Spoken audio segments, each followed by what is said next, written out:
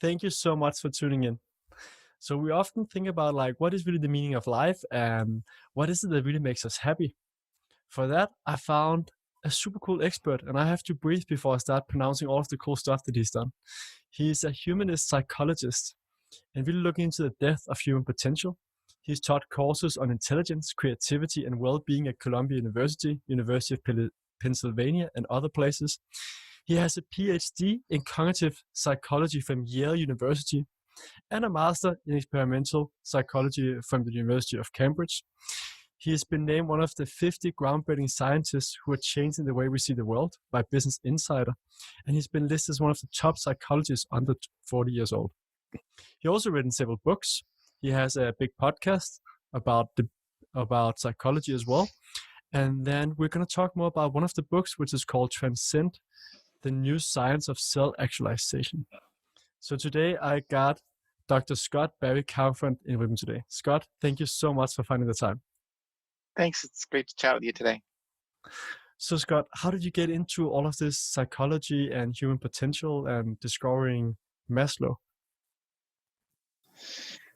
Well, I was teaching a course on positive psychology at the University of Pennsylvania, and I discovered the writings of Maslow and the humanistic psychologists and really got quite excited by the language that they were using and the topics they were studying, like growth and self-actualization and freedom and responsibility and social action and a lot of goodies, creativity, and just a lot of topics that I really enjoyed and really made me feel as though we needed to study these things in modern day psychology. And I had been studying some of those things like creativity. I was a creativity researcher, but it was nice to see a whole framework for it. So yeah, I discovered it, and then it led me down a rabbit hole. And I read a lot of the personal diaries of Maslow's and really enjoyed that. And learned more about some of these humanistic psychologists than anyone would care to know about them. Yeah. So what is it about Maslow's hierarchy that a lot of us misunderstood? I saw a video with you and also your TED talk as well, and I found it super fascinating that one of the most known models that a lot of us have been using it wrong, at least from coming from the business side. Yeah, because a lot of people in the business world depict Maslow's hierarchy of needs as a pyramid. And Maslow never actually drew a pyramid. He talked about increasing levels of needs, but he talked about how some needs are certainly more prepotent, he would say, or more or stronger than other needs when they're deprived.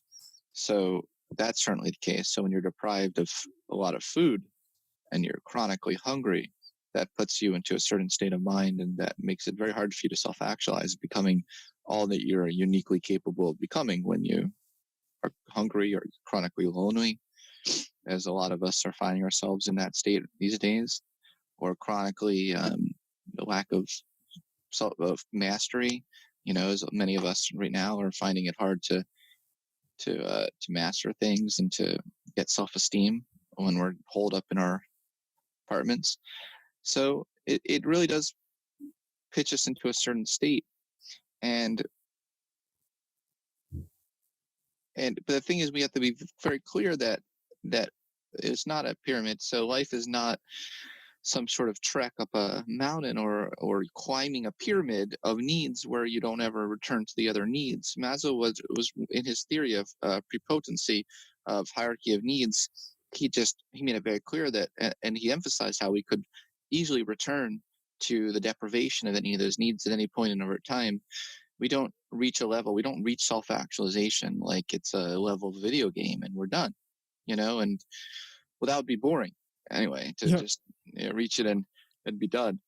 We're constantly moving 2 steps forward and 1 step back in our lives, and we can target multiple needs simultaneously. So I'm trying to correct the record, but not only that, I've done a lot of research along these lines and have shown the importance of openness to experience and for creativity, as well as the importance of quieting our ego and having a more I call it the light triad because it consists of three three things that are correlated with each other. That light us that give us a personality characteristics that light up the world in a Yeah, positive way. that makes sense. So you took his model, you read a lot of his stuff. I know you read some of his diaries and so on, and were also in contact with his family. And you built on his model for a new model. Can you tell a bit about that? Yeah, I sure did. I I have a new metaphor, um, which you may be able to see behind me, and that's a sailboat. You know, when we're a lot of life is just moving and opening up our sail and feeling safe and secure that our boat is secure. And once we open our sail, we travel in the vast unknown of the sea. But we never know what life is going to bring us. We never know when the wave's going to come crashing down, but we still embrace life with the full essence of our being, with our full the full vehicle of our sailboat or who we are as a whole person, right? You don't identify the sailboat with just one part of the sailboat. It's the whole thing needs to work together in order to be at its full capacity. And it's the same thing with humans. We need to have all of our conflicting parts work together to be at our height of power, which is why it's so important to have our basic needs met. Mhm.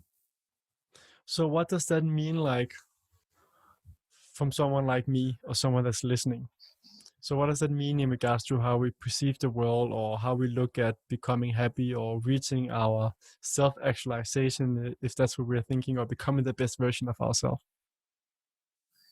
Well, in a lot of ways, it means we need to get outside our comfort zone and choose growth over and over again. We need to recognize and understand our fears and our insecurities and try our best to integrate those insecurities and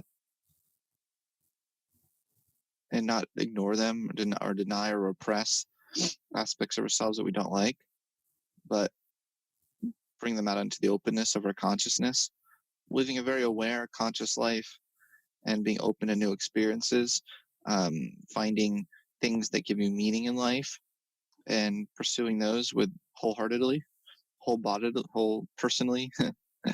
And yeah, it involves a lot. I have a whole series of practical growth challenges in my book in the Mhm. appendix and things that I hope can help people. What could be an example of one of those practices? Um, well, I can read one. Mhm. I can read one. It's always interesting to find those, like, very concrete things to do.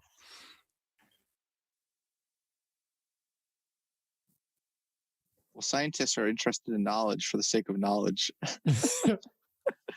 They're not always so like not every like study you do, you know, you're like, oh, I have to make sure that there's practical utility to this and that and it can No, be easily translatable. You know, we care about exploring the depths of human knowledge. But of course. this is a very practical book though, and I did try my best to translate the knowledge into things people can do in their daily lives. Well, how about one is explore your dark side, Mhm. and or how about no? But this is probably better for people right now. Face your fears. Yeah. Think about some of your own fears. Determine which fears you would most like to work on. In a written reflection, it's really helpful to have a journal and to use a journal to log your stuff. Explore the following: what am I afraid of? Why is this so scary to me? What is the worst possible outcome of this happening to me? What could be a potentially favorable outcome of this fear unfolding? In what ways might I grow as a person? What might I learn? What parts of myself can I rely on? Specific qualities, strengths that help me overcome my greatest fears. Throughout your daily life, try to notice when your fears are getting in your way. Commit yourself to facing this fear and being even handed with what positive thoughts might ensue as you feel yourself panicking or avoiding these aversive stimuli. Mm. So that's one example. But it's also So important to try to cultivate. Sorry, what were you going to say? no, that sounds very interesting. It also sounds similar to, I think, Tim Ferriss talks a lot about like facing your fears and thinking about your fears and like how bad can it actually be. It's not the exact same exercise, but I think it's one of the ones he recommends Tim as his Ferriss? favorite. Yeah. Oh yeah, yeah. I could definitely see him recommending something like that. He tries to face a lot of his fears with the experimenting with things. Yeah. Yeah. Has he been on your show yet? No, that he's hopefully next year. So, Right. and I heard you talking a lot about being and not doing, and that's something I found very interesting. I think I've been very much in my life earlier doing a lot, and sometimes forgetting to stop it and really be. So, what are some of your thoughts on that? Um, I think a lot about that because I think about how we live in such a doing culture and how so many of us right now are in this state of confusion because we're so used to doing, and now we're in our apartments just being all day, and we don't know what to do with ourselves, and we don't know what it means to be with ourselves and to be with our thoughts. I mean, a lot of people, we get busy so that we can distract ourselves from our existential being. But being doesn't mean that you are not being productive or that you're not contributing to the world, or you're not, being is not just like eating M&Ms, watching Netflix all day necessarily. Being is really, is, being in touch with the most alive, unique center of yourself, with the parts of yourself that really light you up and make you feel the best about yourself, and as well as being with uncomfortable emotions, and being able to sit with that. Um, it's being able to enjoy beauty around you, to be deeply present and mindful to what's currently in your senses.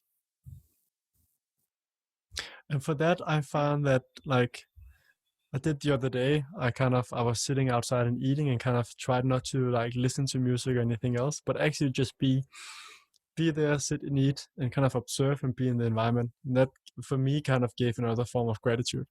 I also tried to write the gratitude journal to kind of be present on what really happens. Or sometimes try and remind myself when I meet people that okay, put away all the work and all of the ideas and dreams about all the stuff I want to build that I get so excited about, but like try for once just to be fully present with the lovely person that I'm in the company of. That's what I'm trying to do with you right now. Yeah. What would you say to so I meet a lot of consultants, entrepreneurs, or bankers at least that are working a lot of hours, Yeah. and some of them have I found especially a lot of bankers have kind of lost touch on like their passion and so on. They've gotten used to like this race of um, making a lot of money and working really hard with colleagues and so on, that they kind of forgot some of what made them super joyful, or they don't really prioritize it. What would you say to a person like that? What would you recommend someone to get back to what they enjoy doing? Funny, the answer is in the question. you know get back to doing what you enjoy doing. Mm. You need to know what you enjoy doing. You need to know what you're doing for intrinsic reasons, for intrinsic enjoyment, and not extrinsic reasons. There's a whole motivational continuum I have in the purpose chapter of my book. First of all, you have to choose your goals wisely, and that's only half the battle. You eventually have to pursue your goals wisely, but choosing your goals wisely is important. Maslow has a quote: "What's worth doing is not worth doing well." And a lot of us may start to get down the rabbit hole of doing something well and get caught up in the self-esteem that it brings us. That when we're no longer getting self-esteem from it, we realize we don't even love the thing that we're doing. So, make sure that you pick a job or even if you're a banker, I mean, there are aspects of banking that maybe would light someone up more than other aspects. The whole field isn't shit. No, no, But for sure. yeah, I know. Yeah. So, but but but being able to navigate that space and being able to assert your needs to your boss about what is going to be ultimately good for what is good best for you is going to be good for best for the company as Mm. well. And you have to make that very clear to your boss and what you don't enjoy doing, and really think to yourself, what would I be enjoying doing if I wasn't getting the accolades for it, or the external validation, when I'm just alone working on it. Do do I feel like it's getting me into the flow state? Is it getting me, am I having what's Maslow called peak experiences? And that'd be my initial suggestions. I'm going to take a pause there and Yeah, yeah. see if there's I think anything. yeah, You told that me to take some resonated. pauses, yeah. Thank you, Before the Scott. call. Yeah, my pleasure. So that definitely resonated with me as well. So Oh, I often good. when I talk to people, I try and ask like, when is it that everything disappears around you, like in a good manner, like where you just get so like taking into it, and you potentially like what people call flow. You don't really feel that many emotions, but it's kind of fantastic, or that you get really joyful, or that you feel you're the best version of yourself.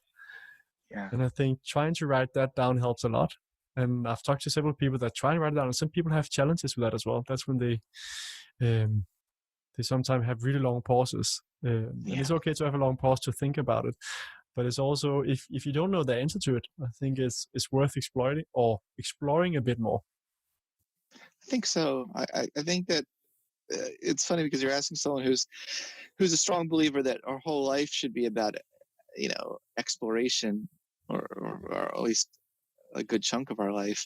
Uh, Maybe we can eventually get to the plateau experience in life where we don't feel the need to explore so much anymore, and we can just appreciate the miraculousness of the everyday. But a big part of my book involves that need for exploration, you know, and that doesn't just involve behavioral exploration, like physical moving around in the world. It can also involve what I refer to as cognitive exploration, which is being able to explore your thoughts, process your emotions. Doing all these things in uh, through a journal can be really helpful. Hmm? Are you writing a journal currently? I've been slacking on that, and I Yeah. just yesterday. I mean, it's not saying that I'll do it, but I just yesterday I downloaded this new app that was recommended to me, where you can. I'm trying to find a way of doing it online. Let's see if I can find it, and it seems to be really good. Day One. It's called Day One Journal, Yeah. and anyway, so I want to start. I want to get back into that. I used to. What I do is I go through periods where I like force myself to do. I'm like the next two, like I'll do sorry, just woke up. It's yawn. Sorry. An MBSR course, so a mindfulness stress-based reduction mindfulness course, and I'll be like, okay, well, I'm going to commit myself for the next 8 weeks to journal and to quit things in my life that aren't serving me, etc. So I go through bursts, if that makes Yeah. sense. But maybe it's time to do the burst again. Sounds good. I found at least that my gratitude journal that I write in the evening before I go to bed really helps me, that I look at it at the end of the year and kind of become more aware of what is it really that makes me happy. I love that. Now, do you have a physical journal? So I actually do it as simple as in notes. So I have an old iPhone that I have next to me, next to my bed, that no one can call or anything else. It's basically just so I can like write on it, and then I can put it on Wi-Fi later, so it syncs with my normal phone, which is normally in the kitchen or my living room when I go to bed. And I have back from 2013, and it's so interesting to see like and learn like what is it really that makes me happy. And what I get surprised also about some people that just their name, I don't talk to them enough, but whenever I talk to them, I can see actually how many times I talk to them during a year, because every time I talk to them, their name is in that journal. I love that. Do you tell them? I actually have sent them messages, and sometimes I also send people a picture of my gratitude journal when their name is in it. And I found Wow. yeah, that's great. I actually also figured out which most people would think are extremely boring, but I won't tell my coworkers. I hope they don't listen. But I actually find that doing accounting can be uh, quite fun for me if I have like 3 hours of being fully focused on doing accounting. I like the progress. I wouldn't want to do it every single day, but I Yeah, was surprised when I looked into my gratitude journal that when I had these times of 3 hours of fully focused time, despite that being like looking at the receipts and so on and categorize them, there was actually something that made me kind of happy. that's cool. Now, you said counseling? No, accounting. I Oh, don't normally counting. do That that. that Yeah, makes a lot of sense now. Yeah, yeah, yeah, yeah. Um, well, that's good news for people who are dreading yeah. accounting. Yeah. They say they say death and taxes are the two things that are most certain, but even with this coronavirus, the tax season is delaying itself. Yeah. So even under the some of the things we thought for sure, or not even for sure, and hey, maybe we'll find out death is not for certain anymore as well at Mm, some point. yeah. Who knows? So, so Scott, how do we choose goals according to your book? Like, what are some pointers that people can take? Yeah. Because getting the right goals is so essential, right? If you run for the wrong target, and as Yeah. I learned as well, it's not about reaching the target; it's much more about the journey getting there. Sure. Well, it's really important to assess your motivational quality, and there's a continuum that DC and Ryan, the motivational continuum, they came up with, which can be really valuable in that regard. And you could set the goals, and when you start trying to pursue the goals, I'm not saying to give up too soon. I'm not saying, and I'm also not saying everything should be always be fun. It's not like you're going to have days where you're working on what you do and you're not enjoying it. That's not like Mm. the test. But over a significant period of time, really think to yourself, how much am I just going through the motions, or how much am I being motivated by contingencies and constraints? Maybe it's internal guilt, like I feel like I should be doing this, or external pressures, reward structures. Uh, am I being driven by status? Understanding your motivational, continuum, and what's really driving you is really important. And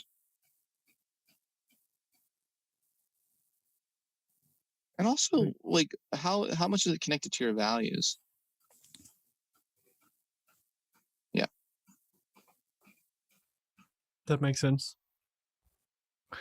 So once you kind of set your goals, you actually took the time to be, and then think about where you want to Yes. go and what's connected to your values, and yeah, and then you That's try a to actually reach the goals.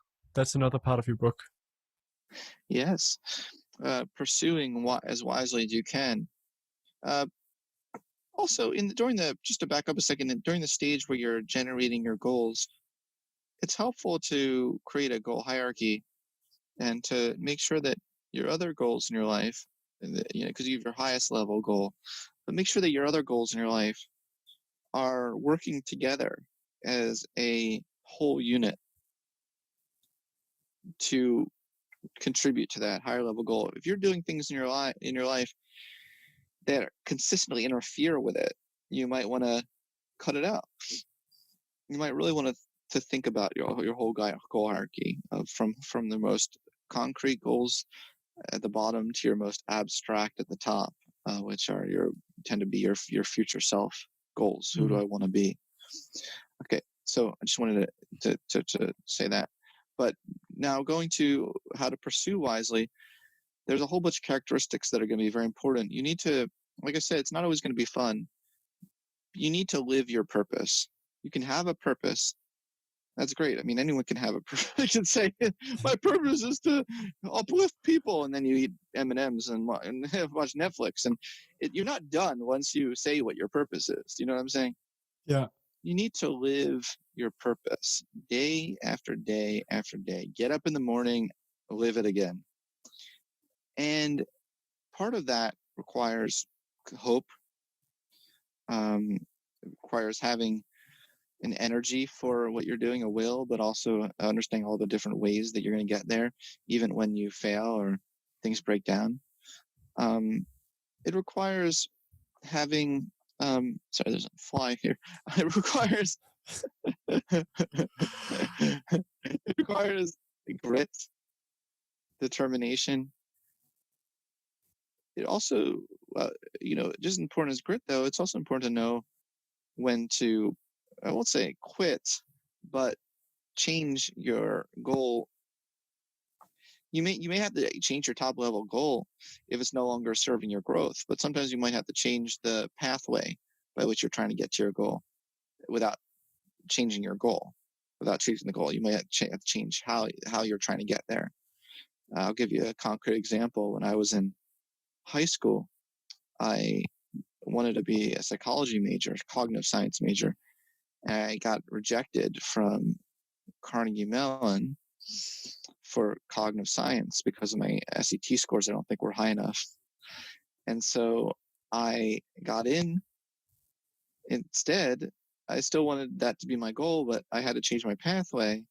So I sang opera and I auditioned for their opera department.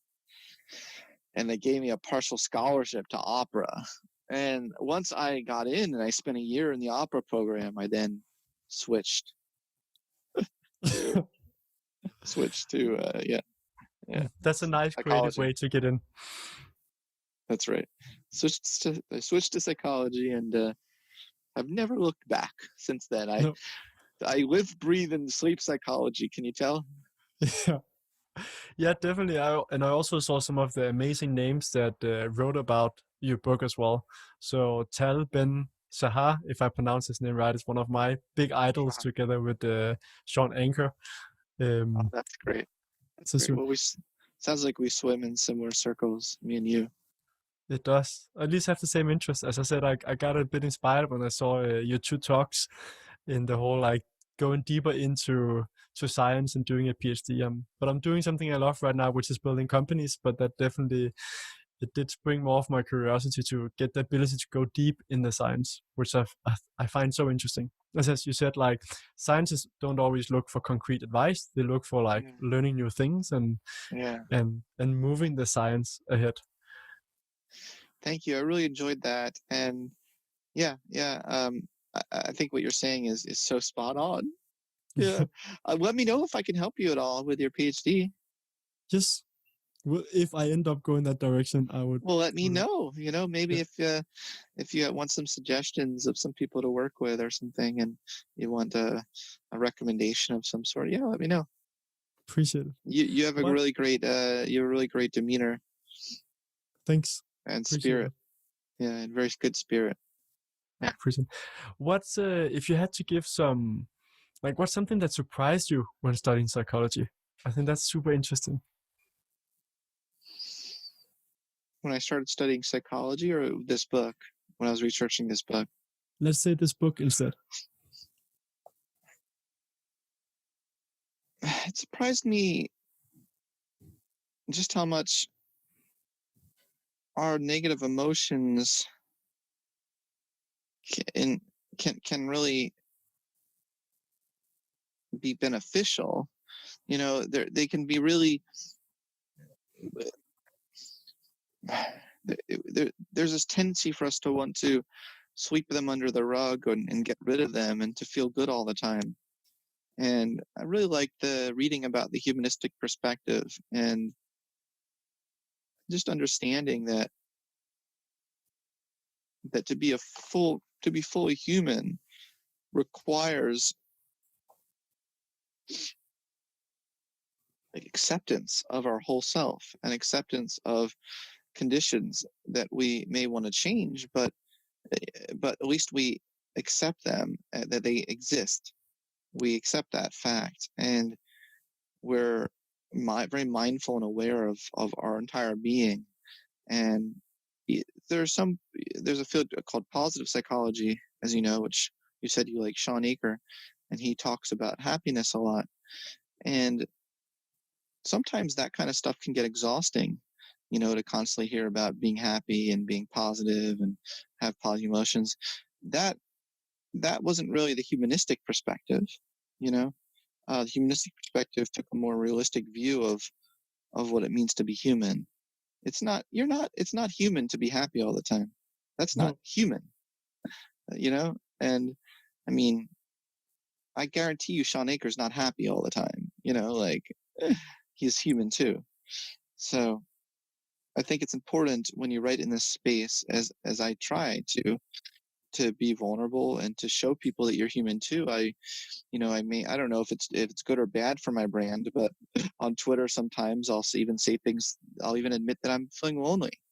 Mm. I mean, it might be weird for a distinguished professor to do that, but I have found that it just helps me connect more with people, and my students appreciate it. I can tell my students really appreciate it. Yeah, I That think makes that's so sense. important for sure. And I think instead of just seeing the perfect Instagram pictures, like seeing that everyone has challenges, I think makes it easier for all of us to relate. See, I also think that both Tal and Sean are good at also saying that positive psychology is not about being happy all the time. I remember one of the videos with Tal where he talks about like, I'm not happy all the time. And it's not that you should deny negative emotions, like you should accept them. If you just try to deny them, it's going to get worse, but accept them, but don't dwell in them. Don't stay there for days. Accept the pain and why it is there. Yeah, I think that's right. And I had a delightful lunch with Tom, Mm. where we talked about my book, and we nerded over our mutual interests in positive psychology. No, sorry, in Maslow, in Yeah. humanistic psychology. We had a great lunch in New York, and he he asked me, like, "What, Scott? What's your beef with word happiness? Like, why you hate on it?" And he really wanted to know my perspective because he loves the word, and he was making very clear to me that he doesn't, by that, how he defines that word is something much broader than just the feel good smiling all the time. And I think you're right. I mean, you're absolutely right. He was trying to make that clear to me as well, and I really do appreciate what he's doing. It's almost like we're doing the same thing, but I just don't use. It's a semantic issue. So, that's such a minor issue. What is the word you use? I use I like self-actualization and transcendence. Yeah. Those are hippie words, and I don't know if I want them to catch on in this Yeah. generation. I'm trying, but they may not. We'll see. There's definitely more people after this podcast that's gonna look more into it. So, Scott, where can people find out more about you? So there is your new book. I'm definitely gonna hear it after this talk. I already got it from Audible, so that's one place to find it, so I can hear it on the go. So I will say you're breaking up a little bit. So I Oh, think you said, where can I? I'm going to try to guess what you said. So you can find out more about me. Go to scottbarrykaufman.com. Go to the Psychology Podcast. Check out the Psychology Podcast. I'm on Instagram at Scott Barry Kaufman. What else? Take it on my webpage, scottbarrykaufman.com. You could take free self-actualization tests. I think you'll have fun with that. People have fun with that. And you can also take my light versus dark triad test, and you can find out what the three characteristics of the light triad are, and then what the three characteristics of the dark triad. You can take those tests. And in the book Transcend, you should be able to buy it on Amazon. I hope. I don't know, depending on what country you're in, but I think most countries you can still order the U.S. edition on hmm. Amazon. Nice. Yeah. And I think your TED talk is really nice as well for people Thank you that so much. I really loved it. And so for the listeners right now, Scott has a wonderful TED talk about human potential and how, well, I guess you can say a few words on it instead of me paraphrasing it, just a short version of it. So you're talking about the talk on twice exceptional children? Yeah. Yeah. Well, it's about how we need to not look at one slice of a person. We can look at someone's negative characteristics or their what we call negative, someone's learning disabilities, learning difficulties in school, someone who struggles, and just make that the whole essence of their being. But once we take in the whole person, we start to realize that the strengths interact with the weaknesses. A lot of the things that we call disadvantages can be great fodder for creativity, for instance. So, yeah, if we take a broader perspective on human intelligence, I think we'll get more potential out of people. Hmm. That's definitely a recommendation to see that. You have a beautiful example that I won't spoil here in the talk, but that I really like about the same child in two different perspectives. So that'll have to be a teaser for people listening. Thank you. So Scott, before we round off, any last advice for people listening, either about life or what you have learned and so on?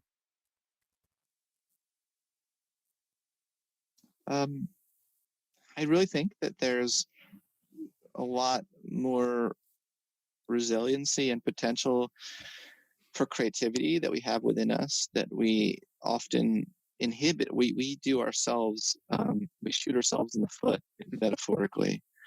You know, there's so much beauty around us, and we ignore the beauty around us and the beauty that's within us because we're too focused on the deprivations of our needs. So, as much as possible, it's important for sure to satisfy our needs, our basic needs, the needs for connection to a certain degree, esteem, safety, security, very important. But I just want to leave people with the notion that it's important we don't neglect our higher possibilities because they're there. Beautiful. Scott, thank you so much for taking the time. I'll continue talking with you for hours, but I'm aware of the time that you have the next. Thank Thank you. you so much My for taking the pleasure. time.